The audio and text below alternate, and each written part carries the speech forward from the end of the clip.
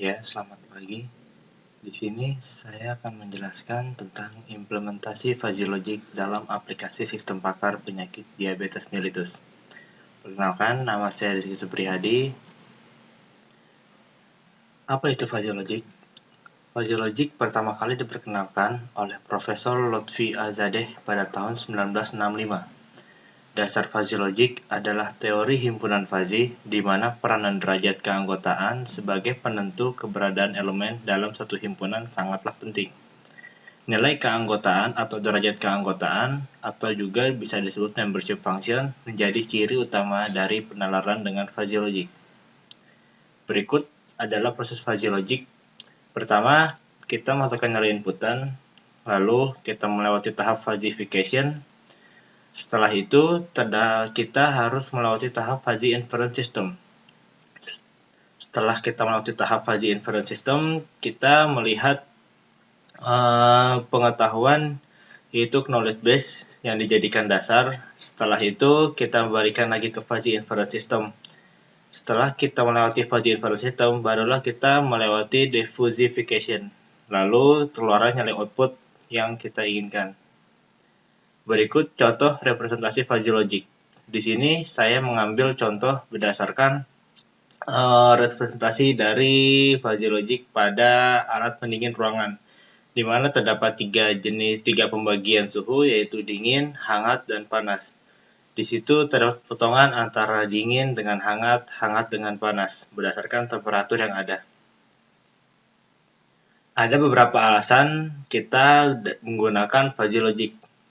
Yang pertama, konsep fuzzy logic mudah untuk dimengerti. Lalu, fuzzy logic bersifat sangat fleksibel. Fuzzy logic juga memiliki toleransi terhadap data-data yang tidak tepat. Lalu, fuzzy logic mampu memodelkan fungsi-fungsi nonlinear yang sangat kompleks. Fuzzy logic dapat membangun dan mengaplikasikan pengalaman-pengalaman para pakar secara langsung tanpa melalui proses pelatihan. Itu sebabnya fuzzy logic cocok untuk digunakan dalam pembuatan suatu sistem pakar. Fuzzy logic dapat bekerja sama dengan teknik-teknik kendali secara konvensional. Dan yang paling penting, fuzzy logic didasarkan pada bahasa alami. Itulah yang membuat fuzzy logic dapat mudah dimengerti, bersifat fleksibel, dan lain-lain. Lalu setelah ini, saya akan menjelaskan tentang sistem pakar. Apa itu sistem pakar?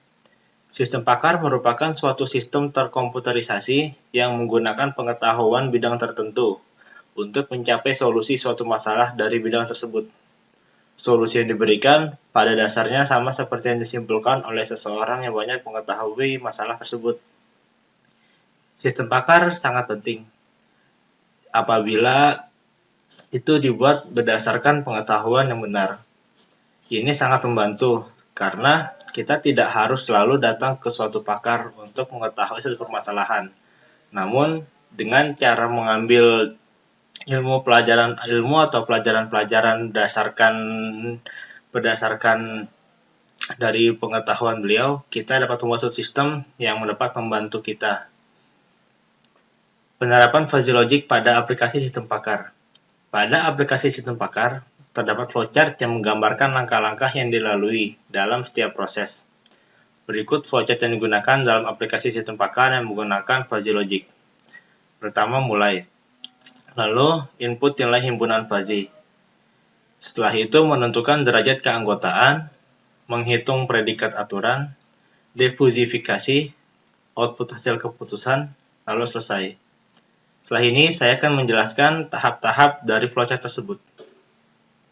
Input himpunan fuzzy. Dalam perancangan sistem pakar ini, kita menggunakan inputan dari variabel yang digunakan dalam penegakan diagnosis penyakit diabetes mellitus. Variabel-variabel tersebut yaitu kadar gula glukosa darah puasa, kadar glukosa darah 2 jam PP, kadar glukosa plasma puasa, kadar glukosa darah saat tidur, kadar insulin, kadar HbA1c, kadar kolesterol HDL, dan kadar trigliserida. Variabel-variabel tersebut kita dapatkan berdasarkan hasil lab yang telah kita dapatkan. Lalu itu dijadikan basic inputan dalam himpunan fuzzy. Lalu yang kedua, menentukan derajat keanggotaan himpunan fuzzy. setiap variabel sistem dalam himpunan fuzzy ditentukan derajat keanggotaannya, di mana derajat keanggotaan tersebut menjadi nilai dalam himpunan fuzzy. Lalu yang ketiga, menghitung predikat aturan. Proses implikasi dilakukan dengan operasi min. Predikat aturan tersebut diperoleh dengan mengambil nilai minimum dari derajat keanggotaan variabel yang satu dengan variabel yang lain, yang telah dikombinasikan dalam aturan yang telah ditentukan sebelumnya. Difusifikasi. Pada tahap difusifikasi ini, dilakukan penghitungan rata-rata dari setiap predikat pada setiap variabel dengan menggunakan persamaan. Variabel-variabel tersebut berupa hasil cek darah yang telah kita dapatkan. Hasil keputusan. Pada bagian ini merupakan hasil keputusan dari rangkaian proses dalam penegakan diagnosis penyakit diabetes mellitus. Lalu kita lanjut ke dalam perancangan inferensi fuzzy. Sebagai langkah awal dari perancangan mesin inferensi fuzzy, yaitu menentukan himpunan fuzzy dari setiap variabel fuzzy. Variabel-variabel fuzzy yang telah kita tentukan tadi, kita harus menentukan inferensinya atau bisa disebut dengan pembagian. Adapun variabel fuzzy di sini yang mungkin digunakan adalah hasil pemeriksaan laboratorium yang nantinya difungsikan sebagai inputan dari mesin inferensi fuzzy. Di sini akan dijelaskan batasan variabel dan himpunan fuzzy sebagai inputan di mesin inference fuzzy. Di sini kita dapat lihat variabel-variabel fuzzy yang telah kita inputkan, kita bagi dalam himpunan fuzzy. Pembagian tersebut berdasarkan persentase nilainya. Ada yang dibagi dengan 4 kategori, yaitu rendah, sedang, tinggi, dan sangat tinggi. Lalu ada juga yang hanya dibagi ke dalam 3 kategori, yaitu rendah, sedang, dan tinggi. Nilai-nilai di sini akan kita jadikan acuan dalam menentukan batas himpunan fuzzy. Lalu saya akan menjelaskan penjelasan masing-masing variabel masukan. Di sini ada variabel gula darah puasa. Variabel gula darah puasa ini dibagi dalam 4 kategori, yaitu rendah, kurang dari 75, sedang, kurang dari 75, dan kurang dari sama dengan 125. Sedangkan apabila masuk kategori tinggi, yaitu kurang lebih 125 hingga kurang dari 145. Sedangkan apabila nilainya lebih dari 145, maka dikategorikan menjadi sangat tinggi. Dari pembagian kategori ini nantinya dapat diketahui fungsi keanggotaannya pada setiap himpunan fuzzy rendah, sedang, tinggi maupun sangat tinggi. Di sini dijelaskan dalam kurva himpunan bagaimana variabel gula darah puasa terbagi menjadi 4 kategori. Dapat kita lihat ada apabila berwarna merah, maka itu kategorinya rendah, berwarna hijau kategori sedang, berwarna biru itu kategori tinggi, dan berwarna kuning maka berkategori sangat tinggi. Lalu variabel gula plasma puasa. Variabel ini terbagi menjadi 4 kategori, yaitu rendah, sedang, tinggi, dan sangat tinggi. Dengan nilai-nilainya yaitu rendah kurang dari 79, sedang kurang dari sama dengan 79, hingga kurang dari sama dengan 120. Sedangkan tinggi kurang dari 120 hingga kurang dari 135. Sedangkan apabila GPP-nya lebih dari 135, maka dikategorikan sangat tinggi. Di sini kita juga lihat dalam kurvanya pembagian variabel gula plasma puasa berwarna merah, hijau, biru, dan kuning yang menggambarkan masing-masing kategori variabel tersebut. Variabel gula plasma tidur. Variabel ini hanya dibagi dalam 3 kategori, yaitu rendah, sedang, dan tinggi. Apabila dia nilainya kurang dari 115, maka kategori rendah, sedangkan kategori sangat tinggi yaitu lebih dari 185. Lalu di sini ada variabel gula darah 2 jam PP. Sama seperti variabel-variabel sebelumnya, variabel ini terbagi menjadi 4 kategori dengan kategori nilai paling rendah yaitu 90, dengan lalu kategori yang sangat tinggi yaitu lebih dari 190. Berikut penggambaran kurva himpunan fuzzy variabel gula darah 2 jam PP. Lalu ada kadar variabel HbA1c. Pada variabel kadar HbA1c ini hanya dibagi ke dalam 3 himpunan, yaitu rendah, sedang, dan tinggi. Dengan nilai variabel rendah yaitu kurang dari 3, dan nilai tertingginya yaitu lebih dari 9. Di sini kita dapat melihat apabila di dalam kurva tersebut berwarna merah, maka itu menggambarkan kategori rendah, hijau menggambarkan kategori sedang, dan biru menggambarkan kategori tinggi.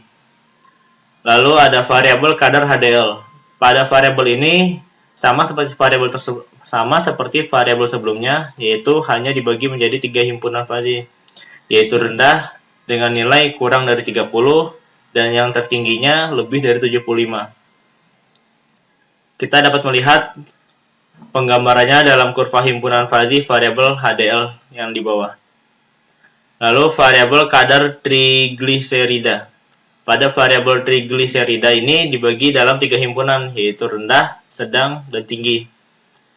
Dengan kategori rendah yang bernilai kurang dari 35, kategori sedang bernilai kurang dari sama dengan 35 hingga kurang dari 165. Sedangkan nilai tinggi yaitu lebih dari 165. Berikut kurva himpunan fazi variabel kadar trigliserida. Lalu ada variabel kadar insulin. Variabel kadar insulin juga terbagi menjadi 3 himpunan, yaitu rendah, sedang, dan tinggi. Dengan nilai terendah yaitu kurang dari 5 dan nilai tertinggi lebih dari 9. Berikut kurva himpunan fazi variabel kadar insulin. Setelah kita menjelaskan variabel-variabel berdasarkan inferensinya, kita akan masuk proses basis pengetahuan. Basis pengetahuan dalam perencanaan sistem ini sangatlah diperlukan karena basis pengetahuan berisi aturan-aturan atau rule yang berguna dalam penentuan keputusan berdasarkan hasil output sistem. Perancangan aturan-aturan ini merupakan langkah setelah pembentukan himpunan fazi. Dari aturan yang telah disusun nantinya dapat digunakan sebagai penentuan keputusan dalam diagnosis penyakit diabetes mellitus. Di sini terdapat tabel aturan. Sebagai contoh, apabila gula darah puasanya rendah, HDL-nya sedang, dan GPT rendah, maka itu negatif diabetes. Kita mengambil nilai setiap variabel tersebut, lalu kita masukkannya ke dalam tabel aturan, di mana kita nanti akan mendapatkan outputan berdasarkan nilai variabel-variabel tersebut, dan itu yang dapat menentukan apakah kita negatif terkena diabetes ataupun tidak. Di sini kita memiliki 36 aturan, yang dimana setiap aturan tersebut akan menghasilkan output. Di sini outputnya ada yang bernilai negatif diabetes, ada yang bernilai pradiabetes, positif diabetes tipe 1, lalu ada positif diabetes tipe 2. Tabel aturan-aturan ini kita harus membuatnya dengan sangat teliti dan berdasarkan hasil dari variabel tersebut, sehingga hasil yang kita inginkan akan sesuai. Cukup sekian yang dapat saya jelaskan. Kurang lebihnya saya mohon maaf. Assalamualaikum warahmatullahi wabarakatuh.